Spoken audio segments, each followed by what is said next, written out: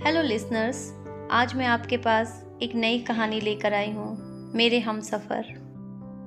मुझे पहले लड़की की तस्वीर दिखाओ माँ, फिर मैं फैसला करूँगी हाँ या ना का। माँ ने रीता की तरफ देखा। अच्छा, हम तुम्हारे लिए कोई अच्छा लड़का नहीं देखेंगे? रीता गुस्से में बोली। माँ, बस लड़का देखना है मुझे, उसकी तस्वीर मंगवा लें या लड़के को ही बुला लो। माँ ने डांटा। पागल है, शर्म नहीं आती? चल दफा हो जा अपने कमरे में। बाबा भी आ गए। क्यों डांट रही हो बच्ची को? रीता बाबा के पास गई और जाकर कहने लगी, बाबा मुझे लड़का देखना है। बाबा ने मुस्कुरा कर कहा, हाँ बेटी, तुम्हारी मर्जी से ही करेंगे शादी। कल मैं उसकी तस्वीर मंगवा लूंगा, लड़के का अपना होटल है। रीता ने शादी के लिए हाँ कर दी। 10 दिनों में ही रीता की शादी हो गई। रीता और सुशील की अरेंज मैरिज थी। न कभी मुलाकात हुई, न कभी कोई और बात, कभी एक दूसरे को मिले भी नहीं। ये ऐसा पवित्र रिश्ता होता है, दो अजनबी एक जान हो जाते हैं, जो कभी जिंदगी में मिले भी ना हो, एक पल भर में एक दूसरे की जान बन जाते हैं। पहली रात थी। सुशील कमरे में आया, हाथ में आइसक्रीम पकड़ी हुई। रीता नजरें झुकाए बैठी थी। आइसक्रीम तो रीता की फेवरेट थी। खाओगी? पहले तो रीता ने शर्माते हुए मना कर दिया, फिर सुशील ने प्यार से कहा, साथ खाने से प्यार बढ़ेगा। रीता को आइसक्रीम दी और खुद भी खाने लगा। रीता सारी आइसक्रीम खा गई। सुशील के जब पूछा, आइसक्रीम पूरी खत्म कर दी? रीता मुस्कुराने लगी, वो तो मैं खा गई। सुशील भी मुस्कुराने लगा। बहुत कंजूस हो गए हो आप, पहले कहती थी नहीं खाएंगे, अब देखो सारी की सारी खा गई। यह आइसक्रीम 50-50 की थी। रीता सुशील को पहली रात में इतना तो समझ गई थी कि सुशील दिल का बहुत अच्छा है। रात भर मोहब्बत भरी बातें होती रही। जिंदगी अपनी असल मंजिल की तरफ मुड़ गई थी। वक्त गुजरने लगा। रीता के भाई की शादी थी। रीता 4 महीने की प्रेग्नेंट भी थी। रीता ने सुशील से कहा, मुझे भाई की शादी में जाना है। सुशील ने रीता के पास बैठकर बोला, रीता, डॉक्टर ने आपको लंबी यात्रा करने से मना किया है, इसलिए मैं कोई रिस्क नहीं लेना चाहता। मैं नहीं इजाजत दे सकता शादी में जाने की। रीता को बहुत गुस्सा आया। सुशील, पागल हो गए हो क्या? मेरे भाई की शादी है और आप कह रहे हैं कि नहीं जाना। आप मुझे कार में बैठाकर आराम से छोड़कर आ जाएं। बस सुशील ने रीता का हाथ पकड़ा, मोहब्बत से फिर समझाने लगा, रीता क्यों बेकार की जिद करती हो? डॉक्टर ने यात्रा करने से मना किया है तो मैं नहीं जाने दे सकता। तुम लापरवाह हो जाती हो और मैं तुमको किसी के भरोसे नहीं छोड़ सकता। इतना कहकर सुशील कमरे से बाहर चला गया। रीता रोने लगी। रीता ने अपने माँ को फ़ोन किया। सुशील मना कर रहा है शादी में आने के लिए। माँ ने समझाया, बेटा अगर वो कह रहा है तो मत आओ। लेकिन रीता की भाभी और भाई जिद करने लगे, क्यों नहीं आने दे रहा है सुशील हमारी बहन को? रीता का भाई रीता को लेने चला जाता है। सुशील भी घर पर ही था। रीता को लेने आए हैं। सुशील ने रीता की तरफ देखा। रीता, मैंने क्या कहा था तुमसे? रीता ने नज़रें झुका ली और कमरे में चली गई। सुशील को गुस्सा तो बहुत आया था, लेकिन सब्र कर लिया। 1000 रुपए का नोट जेब से निकाले, रीता को दिए। ये कुछ पैसे रख लो, बाकी और चाहिए तो ले लेना, मैं कल आऊँगा। रीता बहुत खुश थी। सुशील ने अपने सीने से लगाया रीता को, अपना ख्याल रखना रीता। फिर रीता शादी में चली गई। मेहंदी की रात रीता की बुआ की लड़की भी आई हुई थी। डांस भी किया, काफ़ी एंजॉय किया। बारात वाले दिन जब भाई की बारात लड़की वालों के घर पहुंची तो बारिश हो रही थी। गली में काफ़ी कीचड़ था। रीता का पाँव फिसला, गिर गई। गिरते ही उसके पेट में दर्द होने लगा। रीता जोर जोर से रोने लगी। जल्दी से रीता को अस्पताल ले गए। रीता दर्द से चिल्ला रही थी। सुशील को कॉल की, रीता के बारे में बताया। सुशील घबरा गया। वो जल्दी से अस्पताल पहुंचा। डॉक्टर रीता को इमरजेंसी वार्ड में ले गए थे। सुशील बहुत परेशान था। दिल की धड़कनें बेकाबू थी। जुबान पर बस ईश्वर का जाप था। सब लोग शादी की खुशियों में मग्न थे, लेकिन यहाँ सुशील परेशान खड़ा था। कुछ देर बाद डॉक्टर कमरे से बाहर आए।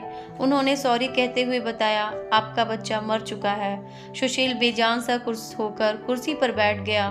भगवान से हिम्मत मांगकर जल्दी से वार्ड में गया।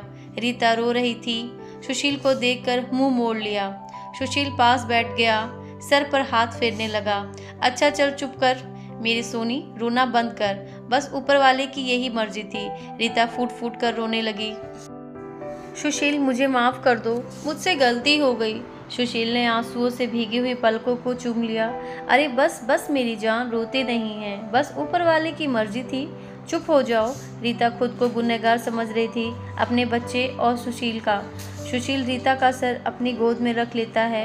चुप हो जाओ मेरी सोनी, रो मत, अब देख मैं तेरे पास हूँ ना। सुशील रीता को लेकर घर चला जाता है। शादी खत्म हुई, सब घर आ गए रीता का हाल पूछने। रीता खुद पर इल्ज़ाम दे रही थी, मुझे रोका था सुशील ने माँ, लेकिन मैं जिद करती रही, शादी में जाना है। अगर मैंने इनकी बात मान ली होती तो आज शायद मैं अपना बच्चा ना खोती। सुशील समझ रहा था रीता दिल ही दिल में खुद को कसूरवार ठहरा रही है, इसलिए सुशील प्यार से समझाता रहा रीता को, अरे पागल है, खुद को परेशान न कर, ऊपर वाले की मर्जी थी ना, ऊपर वाले ने चाहा तो हमें फिर से औलाद ज़रूर देगा।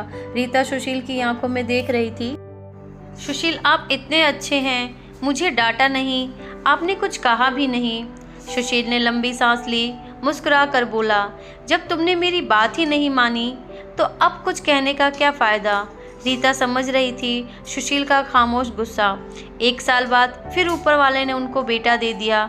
सब बहुत खुश थे। सुशील बाहों में उठाकर झूमने लगा अपने बेटे को।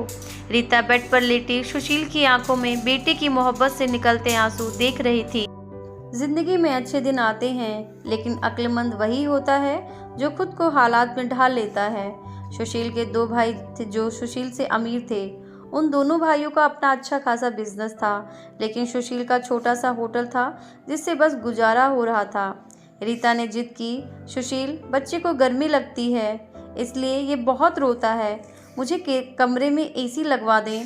सुशील ने सिर पर हाथ रखा, अरे रीता पागल हो गई हो क्या, मेरे पास नहीं है इतने पैसे एसी के लिए। रीता ने जिद की, मुझे एसी चाहिए बस कमरे में। सुशील अपने बेटे को सीने पर लेटाकर खेल रहा था उसके साथ। रीता बस एसी लगवाने की जिद किए बैठी थी। सुशील ने रीता का हाथ पकड़ा, अपने करीब किया। रीता पता नहीं तुम इतनी ज़िद्दी हो गई हो, लगवा दूंगा एसी। ये लो, सो गया मेरा राजकुमार, इसको लिटा दो। 2 साल बाद ऊपर वाले ने एक बेटी भी दी। वे दोनों बहुत खुश थे। हर अच्छी बुरी ख्वाहिशें पूरी करता था सुशील, लेकिन फिर भी छोटी छोटी बातों पर उनमें झगड़ा रहता ही था। बेटा 4 साल का हो गया था, बेटी छोटी थी। सुशील का होटल का काम अच्छा नहीं चल रहा था। सुशील कुछ परेशान था। घर आया, देखा बेटे ने उसका लैपटॉप तोड़ दिया था। प्रीति मोबाइल पे लगी हुई थी। सुशील ने देखा लैपटॉप टूटा हुआ है, पड़ा है। सुशील ने चिल्लाकर बोला, रीता ये क्या है। रीता ने देखा, ये आपके लाडले ने तोड़ा है। सुशील गुस्से में पहले ही था। रीता को गाली देकर बोला, तुम्हारा दिमाग काम नहीं करता है, इसमें मेरा सारा डेटा था, तुम पागल हो क्या, जाओ खाना लेकर आओ, उठ जाओ। रीता गुस्से में बोली, सुशील मैं नौकरानी नहीं हूँ, सारा दिन बच्चों को संभालूं और फिर तुम मुझे गाली दो। सारा दिन इतना काम करो और कदर इतनी सी, गाली दे रहे हो। रीता खाना लेकर आई, बैंगन बने हुए थे। सुशील को ने बैंगन देखा, चिल्ला कर बोला, तुम्हारा दिमाग खराब है, तुमको कितनी बार समझाया है मैं बैंगन नहीं खाता। सुशील ने खाना उठाकर फेंक दिया। सुशील उठकर बाहर चला गया। इतने में बेटे ने कांच का गिलास तोड़ दिया जो उसके हाथ पे लग गया। काफ़ी खून बहने लगा था हाथ से। रीता ने बेटे को 2 थप्पड़ लगा दिया। बहुत तंग आ गई हूँ मैं तुम बाप बेटे से। फिर बेटे को उठाकर कमरे में ले गई। रो रही थी, साथ ही उसे बोल रही थी, 5 साल हो गए इस इंसान के साथ, कोई कदर ही नहीं है। बेटे के हाथ में मरहम लगाने लगी। इतने में बेटी भूख से रोने लगी। बेटी को गोद में उठाया। इस इंसान की ऐसी हरकतें रही तो गुजारा मुश्किल हो जाएगा। रात भर सुशील गायब रहा। रीता ने भी फ़ोन करके ना पूछा। रीता ने अपनी माँ को बताया, सुशील आजकल ना खर्चा दे रहा है, ना अच्छे से बात करता है, गालियाँ देता है। माँ ने कहा, अच्छा हम करते हैं बात उससे। सुशील को महसूस हुआ उसने अच्छा नहीं किया रीता के साथ। आज घर जाके रीता को सॉरी बोल दूंगा। घर आया, देखा रीता के माँ बाप चाचा सब आकर बैठे हुए थे। सुशील ने रीता की तरफ देखा। रीता खामोश थी। नमस्ते किया, उसके बाद बात तो शुरू हुई। माँ चिल्लाकर बोली, क्यों बेटा तुम खर्चा नहीं देते हो रीता को। सुशील को बहुत गुस्सा आया। घर की बात हम दोनों सुलझा लेते। सुशील ने गुस्से से कहा, इसको सब कुछ देता हूँ, ये बस तमाशा लगाना चाहती है। रीता भी गुस्से में थी। वो भी गुस्से में बोली क्या देते हो, वो महीने के 10,000 देते हो जिसका दोनों बच्चों का दूध भी पूरा नहीं होता। एहसान करते हो मुझ पर, तुम्हारे बच्चों का खर्च करती हूँ। बहस इतनी बढ़ गई कि सबके सामने सुशील ने रीता को थप्पड़ मार दिया। रीता की माँ को बर्दाश्त नहीं हुआ, वो अपनी बेटी को साथ ले गई। सुशील ने भी न रोका उन्हें। रीता नाराज होकर चली गई। रीता को थप्पड़ ज़्यादा जोर का लगा था, निशान बन गया था चेहरे पर। माँ भी रोने लगी। न जाने पहले कितना जुल्म करता होगा मेरी बेटी पर, कमीना इंसान। सुशील पहले से ही होटल की वजह से परेशान था। काम न होने की वजह से अब ये परेशानी बन गई। रीता मायके में थी, सुशील यहाँ था, घर में परेशान था। हालात इतने ख़राब हो गए कि सुशील को अपना होटल बेचना पड़ा। 2 महीने गुजर गए। दोनों ने ना एक दूसरे से बात तक नहीं की। दोनों गुस्से में थे। सुशील कहता, खुद गई है खुद वापस आए। रीता की अकड़ थी, मनाने आएगा तो जाऊंगी। दिन गुजरते गए, 8 महीने गुजर गए, कोई बातचीत नहीं हुई। सुशील के एक दोस्त ने सुशील से कहा, विदेश जाना है तो बताओ, मेरे पास एक वीज़ा है। हालात काफ़ी बुरे थे। सुशील विदेश चला गया, नंबर बंद हो गया। ऐसे 1 साल गुजर गया। दोनों ने कोई बात न की एक दूसरे से। रीता भाई से खर्चा लेती, बच्चों के दूध या फिर दूसरी ज़रूरी सामानों का। भाई कब तक दे सकता था खर्चा, उनके भी अपने बच्चे थे। कभी रीता के बच्चे कोई नुकसान कर देते, कोई चीज़ तोड़ देते तो रीता की भाभी हजारों बातें करती, ताने देती थी। रीता चुपचाप सुन लेती, क्या करती, आखिर किसी को कुछ बता भी तो नहीं सकती थी। दीपावली का दिन था। रीता ने भाई से कहा, पैसे दे दो, बच्चों को शॉपिंग करवानी है। भाभी पास से बोली, बहन साफ सी बात है, हमारे पास फालतू पैसे नहीं हैं। इंसान के साथ गुजारा नहीं कर सकती तो तलाक लेकर किसी दूसरे से शादी कर लो। जाओ यहाँ से। रीता उस दिन बहुत रोई थी। उसे एहसास होने लगा था, सुशील तो मेरे सर का ताज है। सुशील दुबई में बच्चों को याद करके बहुत रोता था। रीता पागल, बात कुछ भी न थी और तूने क्या कर दिया। उधर रीता के भाई ने रीता के लिए एक आदमी देखा जिसकी पत्नी की मृत्यु हो चुकी थी, 4 बच्चे थे। उसके भाई ने रीता से कहा, बस सुशील से तलाक ले लो, इस आदमी से शादी करके घर बसा लो अपना। रीता की आंखें भीग गई थी आंसुओं से। रीता ने जल्दी से मोबाइल निकाला, सुशील को फ़ोन लगाया। नंबर बंद आ रहा था। रीता रोने लगी, मुझे सुशील के पास ही जाना है, मुझे कोई शादी नहीं करनी है किसी से। उधर सुशील का दिल भी तड़प रहा था। उसने सोचा, मेरी रीता तो मासूम सी है, थोड़े से गुस्से पर नाराज़ हो जाती है, खुद ही माफ़ी मांग लूँगा अपनी जान से। वो टिकट करवाकर हिंदुस्तान वापस आ गया।